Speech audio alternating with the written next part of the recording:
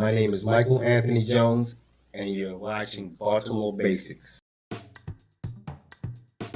An image is what kind of documentation are you can provide with your receipt or your invoice? And it was like, I'm going to give you a receipt. So then I say to them, it's not only a receipt is what I'm looking for. I give them a background of my collection. I have over 278 images within my collection.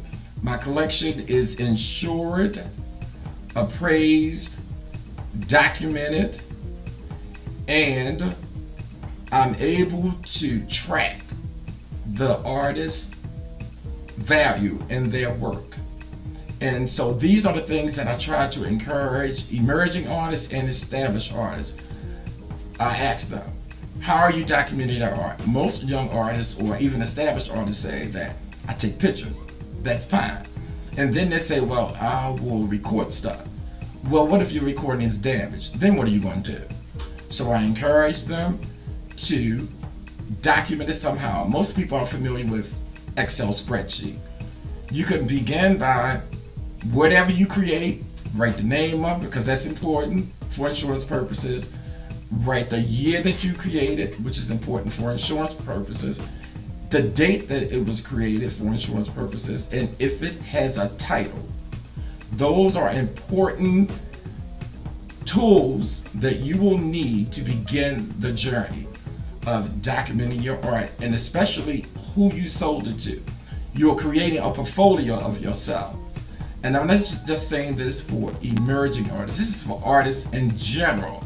The majority of the artists within the art community have no clue of how important it is to document your art.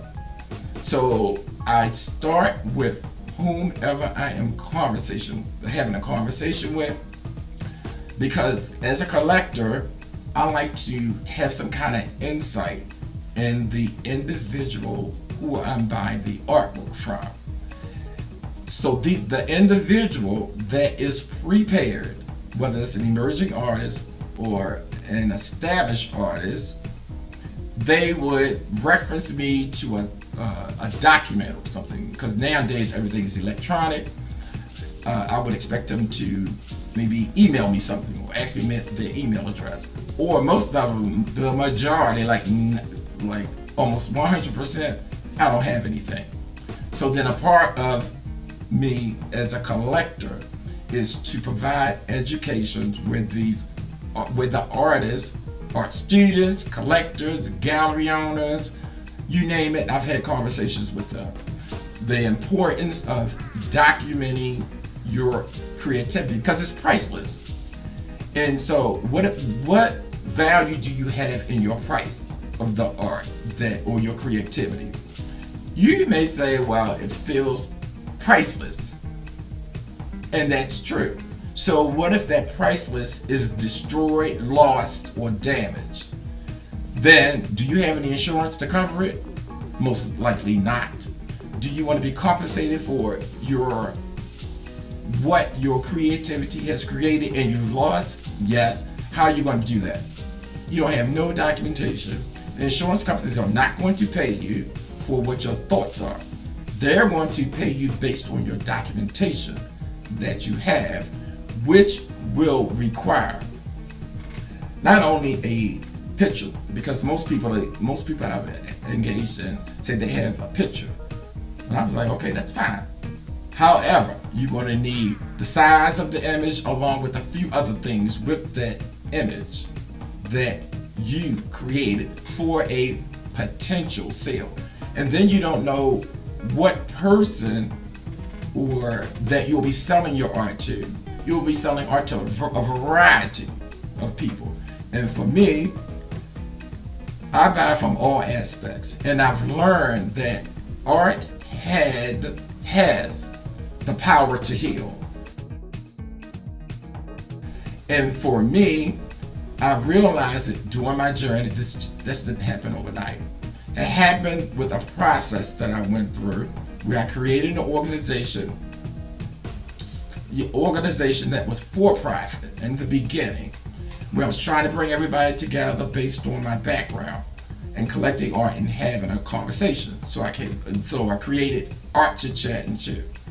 I convinced the employer where I worked, Barnsicle Hospital, to have their first African American art exhibition, which was April 20th, 2019.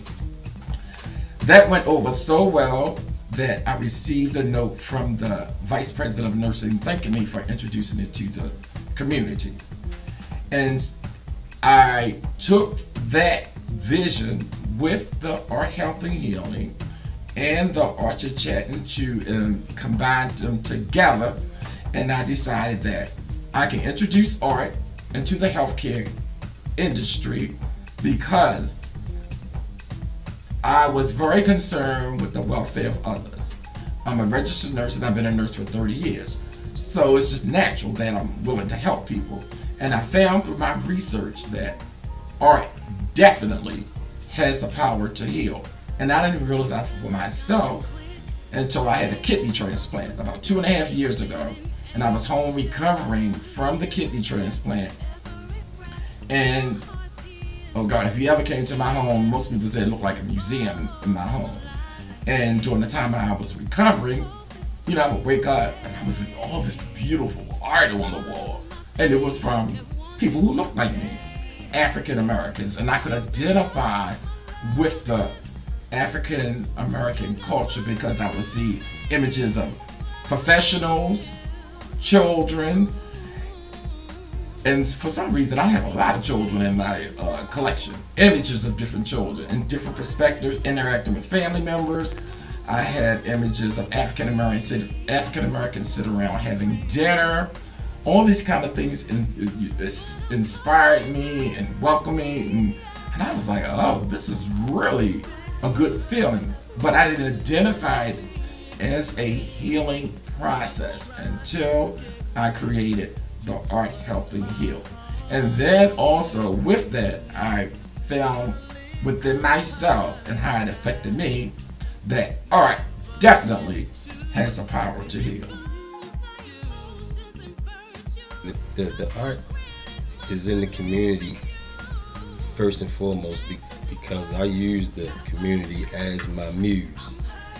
It's I walk around, I take photos of the walls, the cracks in the street, the buildings, and after I print them out and put them in collages, and most of them I hang in my barbershop. And I have been cutting hair in the community, Sandtown community, for over 25 years, and it's been a prosperous endeavor being a barber and an artist. And like Paul said, definitely need to be documented, and I'm with him 1,000%. I can't wait till this is over so we can talk about documentation. Oh sure, and I'm willing to help. Oh man, yeah. So in that knowing to create the contemporary atmosphere that we need to in Baltimore, it's already here. We just need to unify. We need Paul. We need me. We need you, Tracy. We need the brother over there recording this. We just need to come together like this a lot more to show that we here and we making things beautiful too in this city. And the kids love it. The kids just look at me and say, "Mike, why you do that? How you do that?" And I explain to them where it's coming from and how I feel, and they know it. And it's been going on for 25 years, so I know I touched a lot of kids, and I've seen generations. I've seen men with like boys turn into men, and yeah, now I even have sons that I gotta raise, and I'm still in the community, and we want to create and we want to build generational wealth as well. I come from a poor community, and I would love to see the community grow.